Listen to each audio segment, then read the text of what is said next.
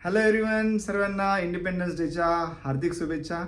80वा आज स्वतंत्रता दिवस आहे आणि आपण तो सगळ्यांनी खूप छान साजरा केला. दिवसभर सगळ्यांचे इंडिपेंडन्स डेचे स्टेटस व्हिडिओज बघत बघत विचार करत करत एक छोटासा मुद्दा सुचला. मला असं वाटलं त्याचा व्हिडिओ बनवावा.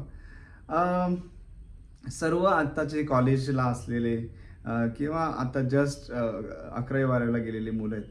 या सर्वांना खूप स्वतंत्रता हवी आहे आणि ते त्यांच्या आईवडिलांकडे मोबाईलचा, गाडीचा किंवा त्यांना स्वतंत्र अशा घरामध्ये रूम असावी अभ्यासाला, असा आग्रह करत असतात आणि त्यांना ते फ्रीडम हवं असतं. त्यांच्यासाठी फ्रीडम म्हणजे त्यांना बंधनात घालू नये आणि त्यांना हवं ते करू द्यावं असं त्यांना वाटतं.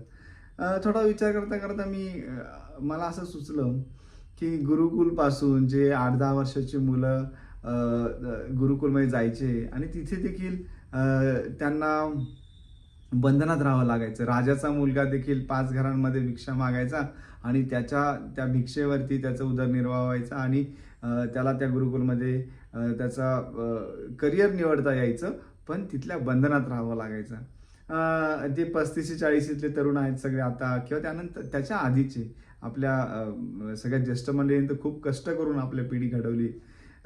पण त्यांना देखील बंधनं खूप होते. म्हणजे आम्ही सगळे शाळेत जात असताना पायी जायचो किंवा सायकलवर जायचो किंवा जर लांब अंतरावरती कॉलेजेस असले तर आम्ही लाल बसने प्रवास करायचो. आम्हाला पैसे नसायचे कधीच खिशामध्ये. आम्हाला वेळेच्या आत घरी यायचं बंधन असायचं. आम्हाला इतरांशी बोलण्याचे बंधनं होते, वागण्याची बंधनं होती, कपड्यांची बंधनं होते आणि या बंधनांमध्ये मला असं वाटलं ह्या पिढी खूप चांगल्या घडल्या.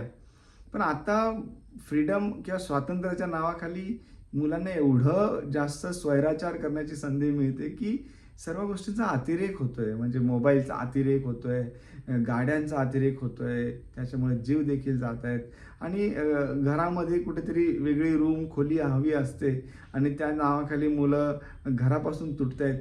तर मला खरंच एक प्रश्न पडला जो पालकांना आणि मुलांना मांडायचा आहे की खरंच स्वतंत्रता शिकताना किंवा अभ्यास करताना, घडताना मुलांना दिली तर त्यांनी मुलं चांगली घडतात की बंधनात राहिलेली मुलं चांगली घडतात? खरंच विचार करावा आणि याच्यावरती तुम्ही नक्कीच लाईक करा, कमेंट करा.